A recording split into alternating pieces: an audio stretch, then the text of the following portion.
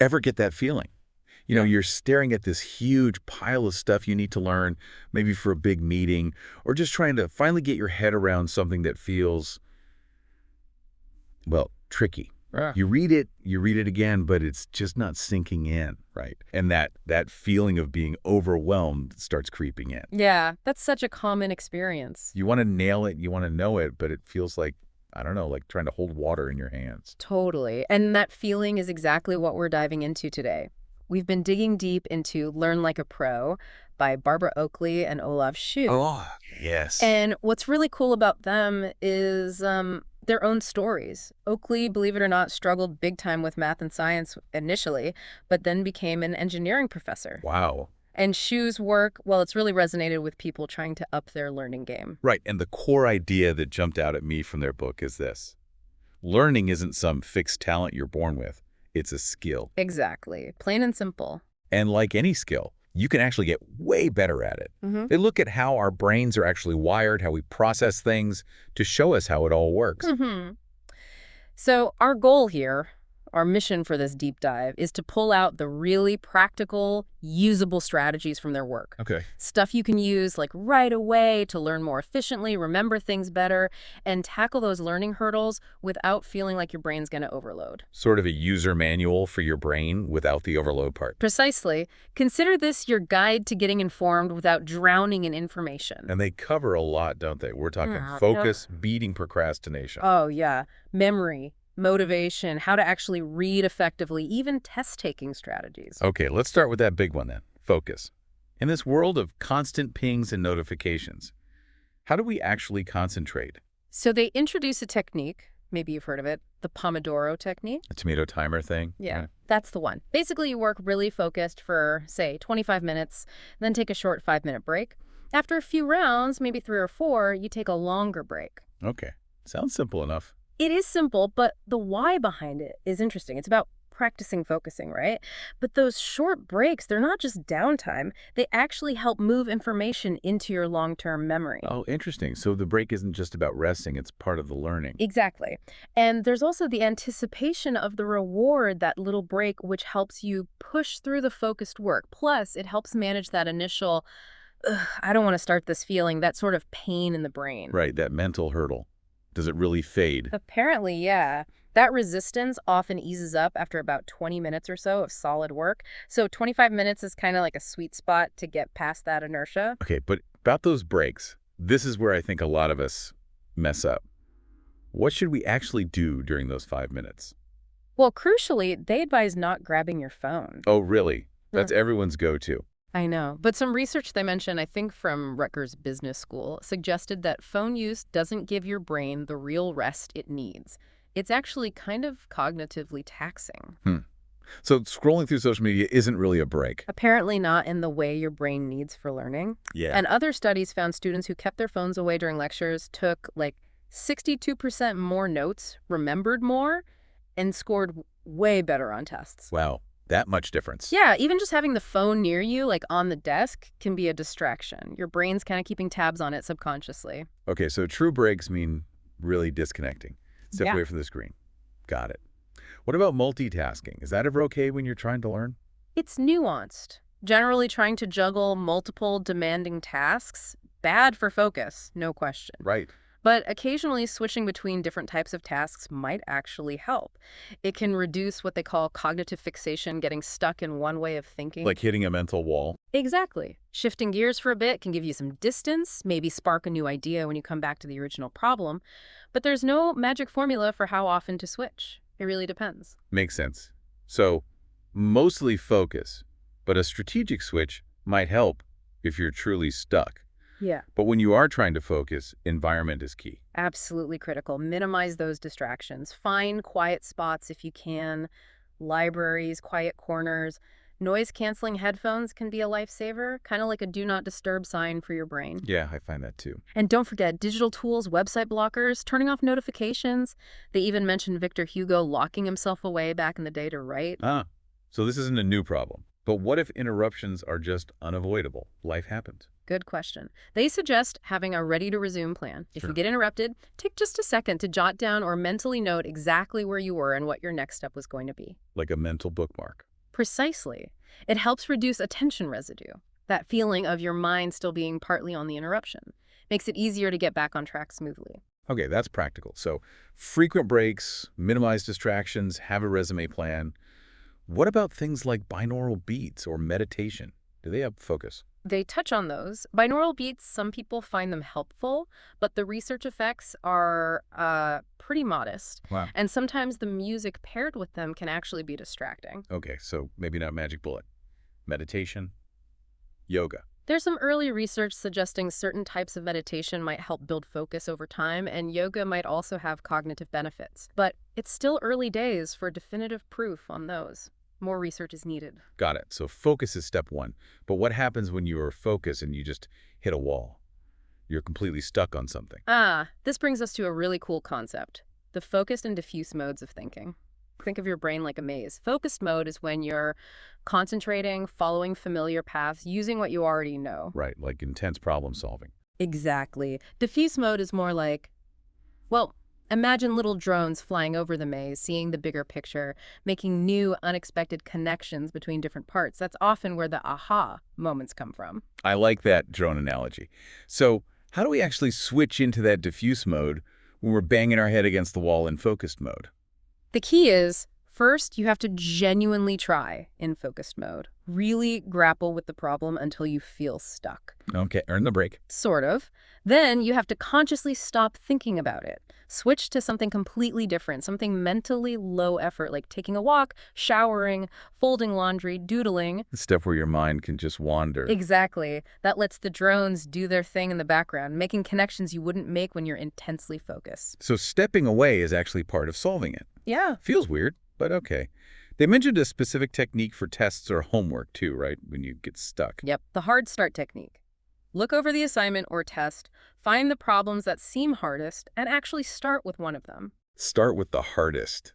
That sounds stressful. It can be initially. You'll probably get stuck pretty quickly. But the moment you do, you immediately switch to an easier problem you know you can make progress on. Okay. Why? Because while your focused mind works on the easier stuff, your diffuse mode is chewing on that hard problem in the background. Plus, switching gives you a fresh perspective when you come back to it later. You're less likely to be stuck in the same wrong approach. Okay, that makes more sense now. Let the background processing work for you. Right. And they even suggest that for really conceptually tough stuff, sometimes studying in an environment with a low level of background noise, like a coffee shop, can actually help trigger that diffuse mode. Seriously. Background noise can help. Mild ambient noise, yeah. It can slightly disrupt intense focus just enough to let those diffuse connections happen. There are even apps that play coffee shop sounds. Huh. Wild. And didn't Olaf have a story about getting a drone stuck in a tree? Yeah, he was trying everything, totally focused, getting frustrated. Then he gave up, went to do something else, and bam, the solution just popped into his head. Classic diffuse mode. Okay, so key takeaways. Mm-hmm. Switch between focus and relaxation. Try the hard start technique. And maybe don't edit your writing while you're drafting the first time. Let the ideas flow. Exactly. Let that diffuse mode contribute. All right, focus, check. Getting unstuck, check. Now, the really big one.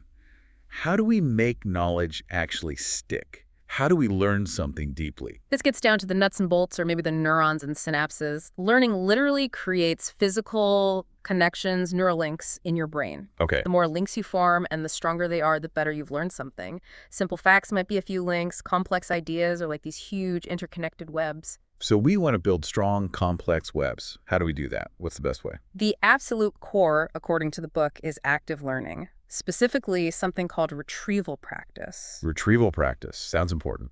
It is. Instead of passively rereading or highlighting, you actively try to pull the information out of your own memory. Like quizzing yourself. Exactly.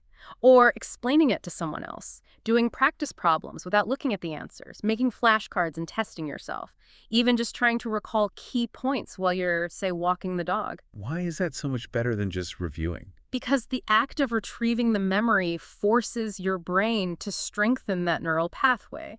It's like walking across a grassy field. The more you walk the path, the clearer it becomes.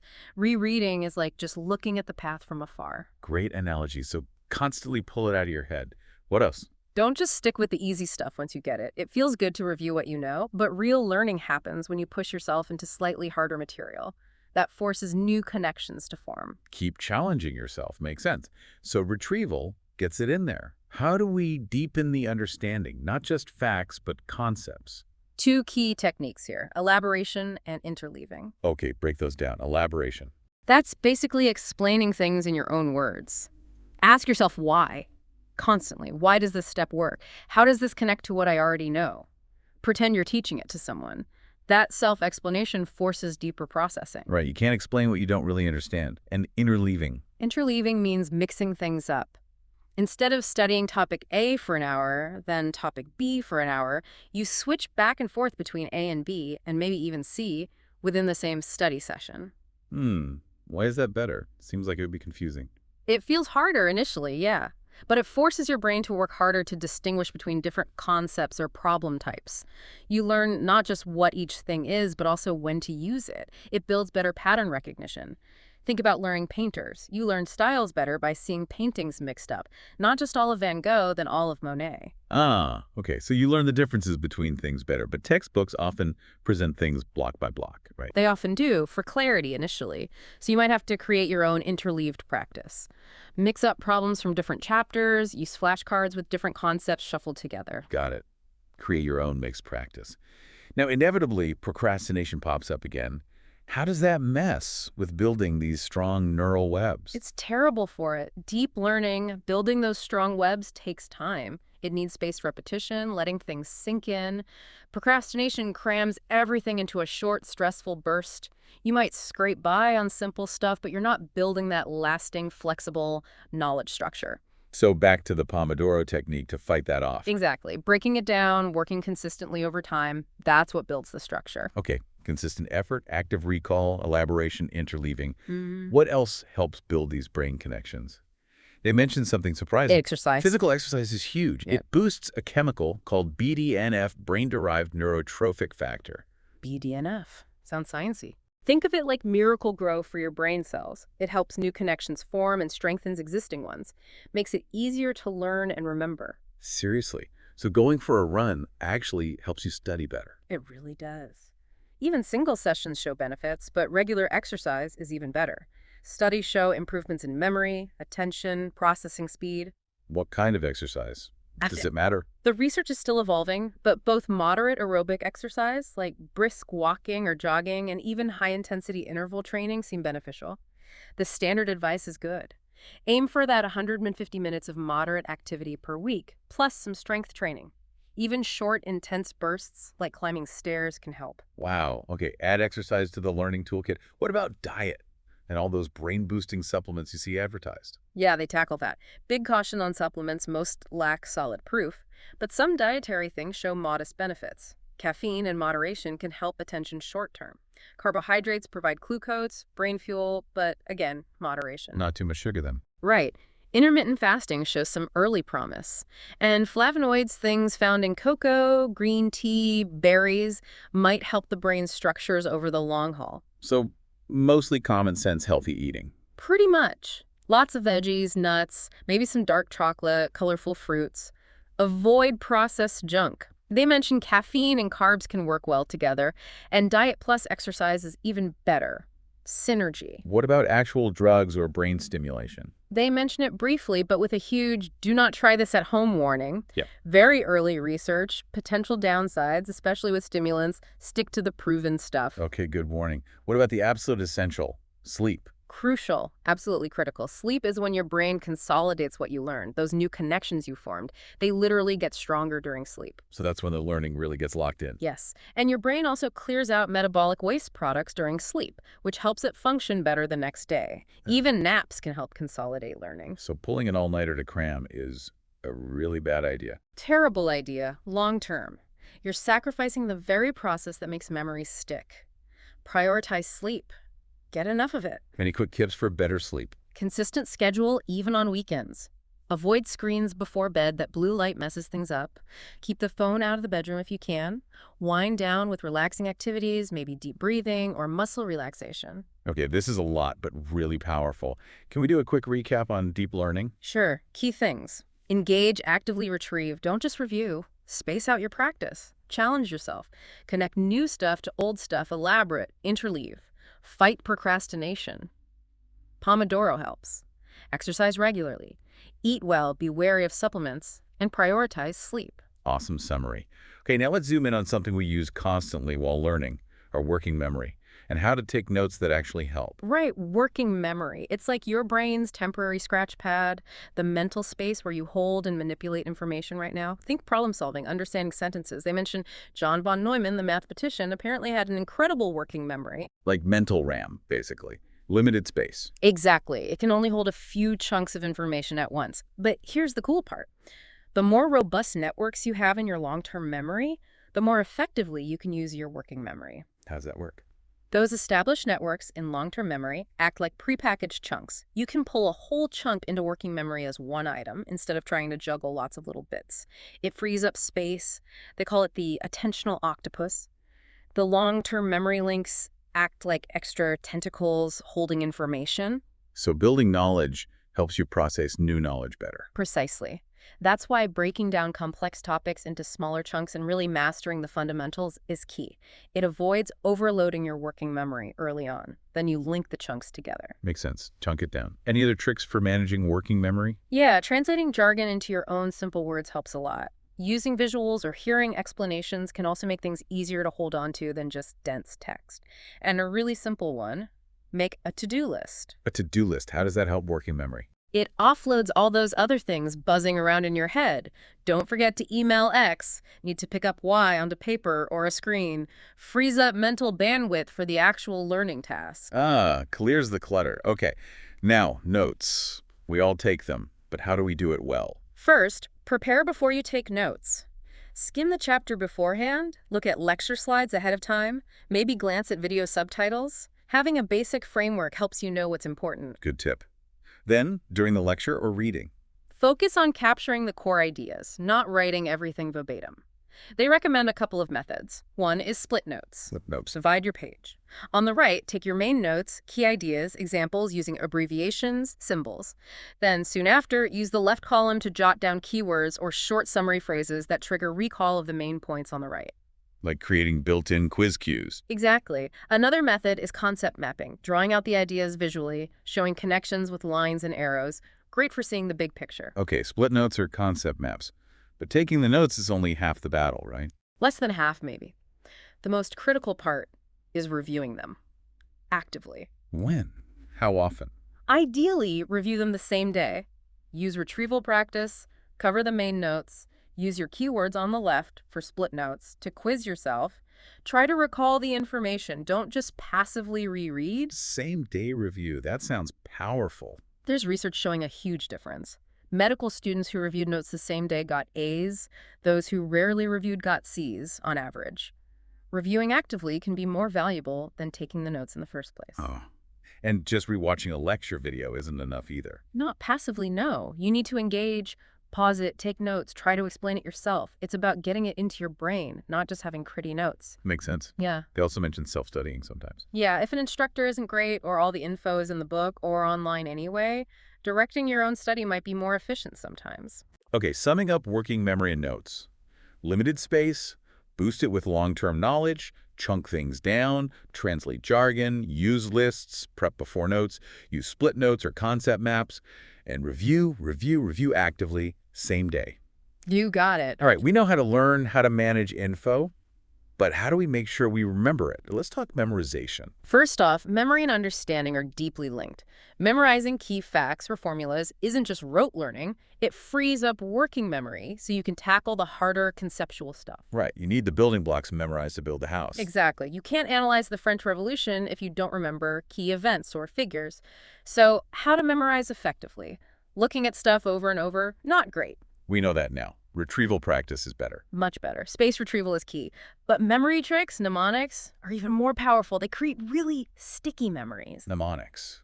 like ROYGBIV for the colors of the rainbow. Perfect example. That's an acronym, a type of verbal mnemonic. You can also use sentences like, my very educated mother just served us noodles for the planets. Classic. Those work well for lists. What about visual memory? Isn't our brain wired for images? Hugely. A massive part of our brain is for visual processing. So create vivid mental images for things you want to remember. Make them weird, funny, maybe involve movement or multiple senses. The crazier, the better it sticks. Like their example for the moon landing year 1969. Visualizing a yin-yang symbol on the moon. Exactly. It connects the abstract number to a concrete, memorable image. Takes a little creativity, but it works. Okay, vivid images. What about that memory palace thing? Sounds fancy. It's incredibly powerful, also called the method of loci. You use a familiar place, like your house, as a mental storage system. How? 2 steps. First, create those vivid images for each item you need to remember. Let's say the first few elements of the periodic table. Second, you mentally place each image in a specific spot along a route through your familiar location. Image 1 by the front door, image 2 on the living room couch, image 3 in the kitchen sink. And then to remember, you mentally walk through your house. Exactly. You walk the route in your mind, and you see the images you placed, which triggers the information they represent. It taps into our excellent spatial memory. That sounds like it would take practice, but potentially really effective. It does, but it's a learnable skill. These tricks work because they engage different parts of your brain, create strong associations, and make abstract stuff more concrete and memorable. Good point also that understanding what something is means knowing what it isn't, Yeah. and distinguishing memorization from internalization for problem solving. Right. Memorization for facts, internalization for procedures and skills. Okay, key takeaways from memory. Link it to understanding, use mnemonics, acronyms, sentences, vivid images, memory palace, practice retrieval, and know what something is and isn't. Perfect. So we've covered conscious memorization, but what about that gut feeling, that intuition you get in math or science or fluency in language? How do we develop that? That brings us to another key distinction. Declarative versus procedural learning. Okay, what's the difference? Declarative is conscious knowledge facts, steps you can explain, like knowing the rules of grammar. It's often learned quickly, maybe using those memory tricks. Right. Procedural. Procedural is more unconscious, pattern-based skill developed through lots of practice. Like riding a bike, you just know how, but explaining the exact muscle movements is hard. Or speaking a language fluently without thinking about every single rule. So declarative is knowing that. Procedural is knowing how. Kind of sums it up, yeah. Though they often work together. Procedural learning is like a black box. You practice, input goes in, skill comes out, but you're not fully aware of the internal processing. But when it's developed, it gives you speed and confidence, especially under pressure. Like instantly knowing 7 times 8 or recognizing a specific type of math problem immediately. Exactly. So how do you build that procedural intuition, especially in technical subjects? Yeah. It's about internalizing key examples. Take a solved problem. Try to solve it yourself first, trying to feel out the next step. Only peek at the solution if you're totally stuck. Then, crucially, do the whole problem again later without peeking. So it's about making the procedure feel automatic, not just following steps. Right. You're building that pattern recognition in the procedural system. Internalize different types of problems this way, mixing them up, interleaving again over several days until the solutions just flow. Interleaving helps the procedural system figure out which pattern applies when. Precisely. And this applies to language learning, too.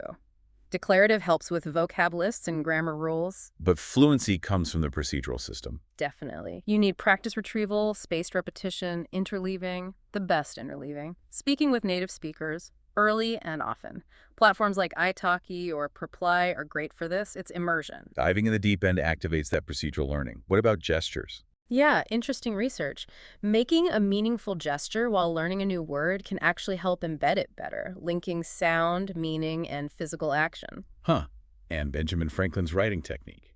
A great example of blending both systems, analyzing good writing, declarative, recreating it from keywords, procedural practice, then comparing declarative feedback. You can adapt that for art, music, anything creative. Okay, so lots of varied practice builds that procedural skill, which of course requires self-discipline, Yeah, especially when motivation dips. exactly. Which leads us nicely into how we exert that self-discipline. Right, that thing we all wish we had more of. How do we get it or maybe work around needing it? Well, they start with Teddy Roosevelt getting shot and still giving his speech extreme willpower, but for the rest of us, mere mortals. Research shows self-discipline is like a muscle, like it's tired, it's a limited resource. So trying to just be more disciplined might not be the best strategy. Often, no. A better approach is often to reduce the need for heroic willpower in the first place. Set yourself up for success. Okay, how do we do that? Less willpower needed. One powerful technique: implementation intentions. Plan exactly when, where, and how you'll do a task. Like, tomorrow at 2 p.m., I will sit at my desk and work on Chapter 3 for 50 minutes. Be super specific. Yes. And also plan your response to likely distractions or temptations. If my friend texts me to hang out while I'm studying, I'll reply, "Can't right now, have plans maybe later." Mentally rehearse it. It makes the response more automatic. Pre-planning your defenses. I like it. What else? Involve other people. Create accountability. Tell someone your goals. Set deadlines with a study buddy. Agree to meet someone to work. Olav and Barb did this. Writing the book, emailing chapters back and forth, kept them on track. Social pressure in a good way. Exactly. But ultimately, self-discipline is needed most when motivation is low. So boosting motivation itself can be the best fix. Also, understanding your habits, a cue, routine, reward loop helps you change bad study routines. Okay, takeaways for discipline. Mm-hmm.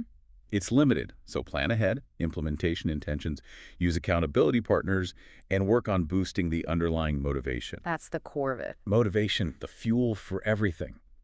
How do we manufacture that when we're just not feeling it? They use the Tom Sawyer fence painting story. Motivation is often about perspective. It's not just wanting something, it's the willingness to put in the effort.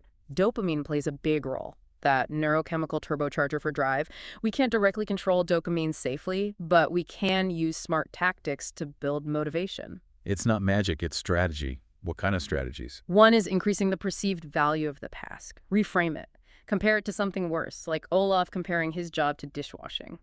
Find the interesting angle, like Tom Sawyer making painting seem exclusive and fun. Change how you think about it. What else? Rewards. Give yourself breaks, treats, something enjoyable after completing a chunk of work. Music, a walk, chatting with a friend. Just maybe not the phone during those short Pomodoro breaks, remember? Right. Keep the breaks truly refreshing. Also, feeling competent mastery is a huge motivator. As you get better at something, you want to do it more.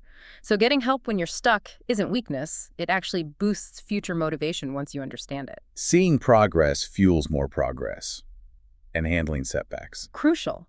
View them as learning opportunities, not failures. What can you learn from what went wrong? And finally, goals. Setting the right kind of goals is massive for motivation. What are the right kinds of goals? Think layers. Long-term goals. Exciting, maybe a bit ambitious. Keep a visual reminder. Use mental contrasting. Imagine the goal achieved versus your current reality. And negative contrasting, what you want to avoid. Okay, the big vision. Then Milestone goals, the major steps to get to that long-term vision. And then process goals, the specific actionable things you'll do daily or weekly to hit those milestones. Like spend 3 Pomodoros on Chapter 2 today. make them SMART goals, right? Specific, measurable. Ambitious, realistic, time-limited. Yes. SMART process goals are really effective. And don't forget, working with other study groups can be very motivating. Experiment to find what works for you. Okay, motivation keys. Find value. Reward yourself. Build mastery. Frame setbacks positively. Set SMART layered goals. Long-term milestone process. Maybe find a study group. You've got it. All right, we're motivated, disciplined, focused. Now we need to actually read the material effectively. How do we do that beyond just running our eyes over the words? Well, first, understand the bottleneck isn't usually eye speed, it's mental processing speed.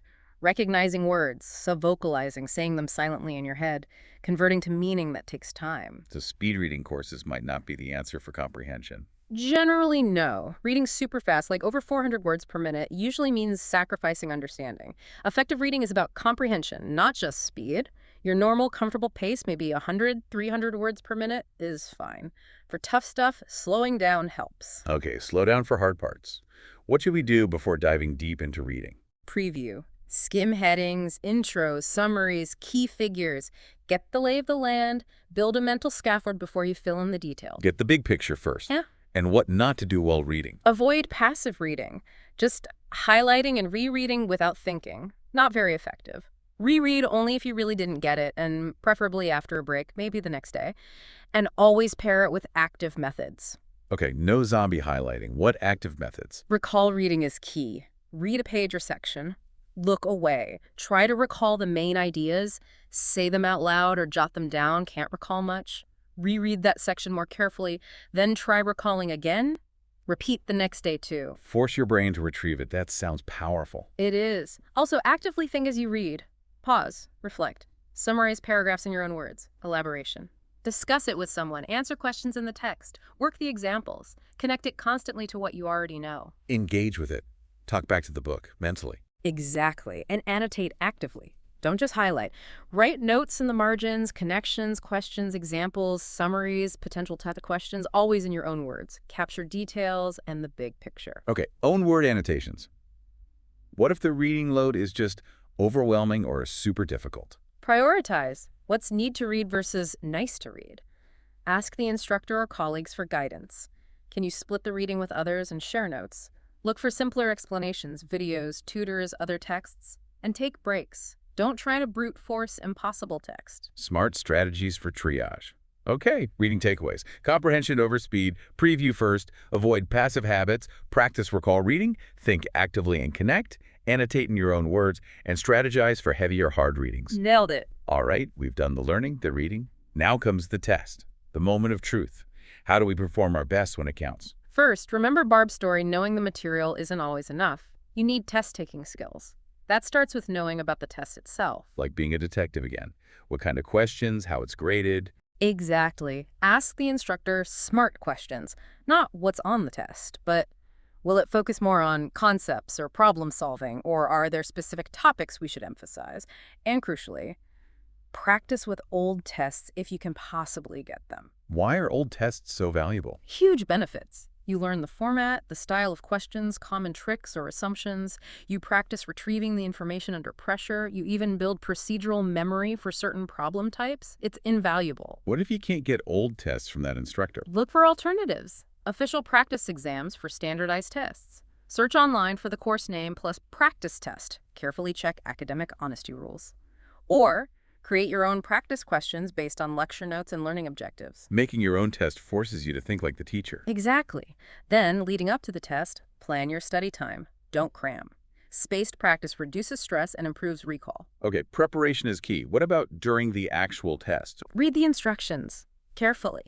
Read every question carefully, maybe even 3 times. Misreading a question is a terrible way to lose points. Olav shared a story about losing marks due to negative marking he didn't notice. Ouch. Read everything. Then what? Consider the hard start technique again. Tackle a hard one first briefly. Get stuck, switch to easier ones, then come back. Builds momentum, manages time, lets diffuse mode work. Use that background processing. What about the end, if there's time left? Review. Use every minute. Check your answers. Trust your gut, but don't be afraid to change an answer if you realize you made a mistake. Research shows changes are often from wrong to right. Look for careless errors, and ensure you answered all parts. Don't just leave early if you finish. Double check. What if you're totally stuck on a question? Unless there's a penalty for wrong answers, write something.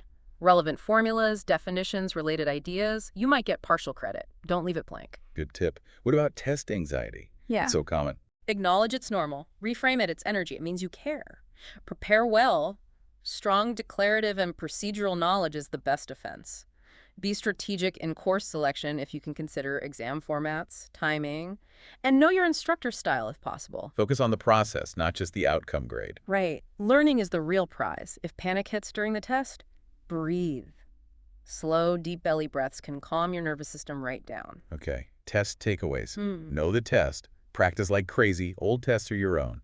Plan study time. Read instructions questions meticulously. Use hard start. Review answers thoroughly. Manage anxiety. Reframe, prepare, breathe. And aim for learning, not just grades. That's a winning strategy. We've covered so much ground. Focus, memory, motivation, reading, tests. To wrap it all up, what ties this all together? What makes someone a real pro learner? It comes down to metacognition. Metacognition. Thinking about thinking. Exactly. It's that awareness of your own learning process, knowing which tools work best for you in which situations, being able to monitor your understanding and adjust your strategy when something isn't working. It's like having an executive function overseeing your learning. So it helps you avoid fooling yourself into thinking you know something when you don't. Precisely. It encourages you to seek objective feedback, to test yourself honestly. Overconfidence is the enemy of metacognition, but the good news is it's a skill you can develop. How do we practice being more metacognitive? Start by asking yourself questions. What resources do I need? Am I really focusing? Is this technique working? What am I finding hardest and why? Regularly step back and assess. Be more reflective about the process. Yes. And they offer a simple 4-step model for self-regulated learning. Step 1, understand the task clearly. Step 2, set goals and make a plan, choosing specific learning techniques. Okay. Step 3, learn according to your plan, trying out the techniques. Step 4, monitor your progress. Is it working? If not, adjust your plan and strategies, then cycle back through. Understand, plan, learn, monitor, adjust.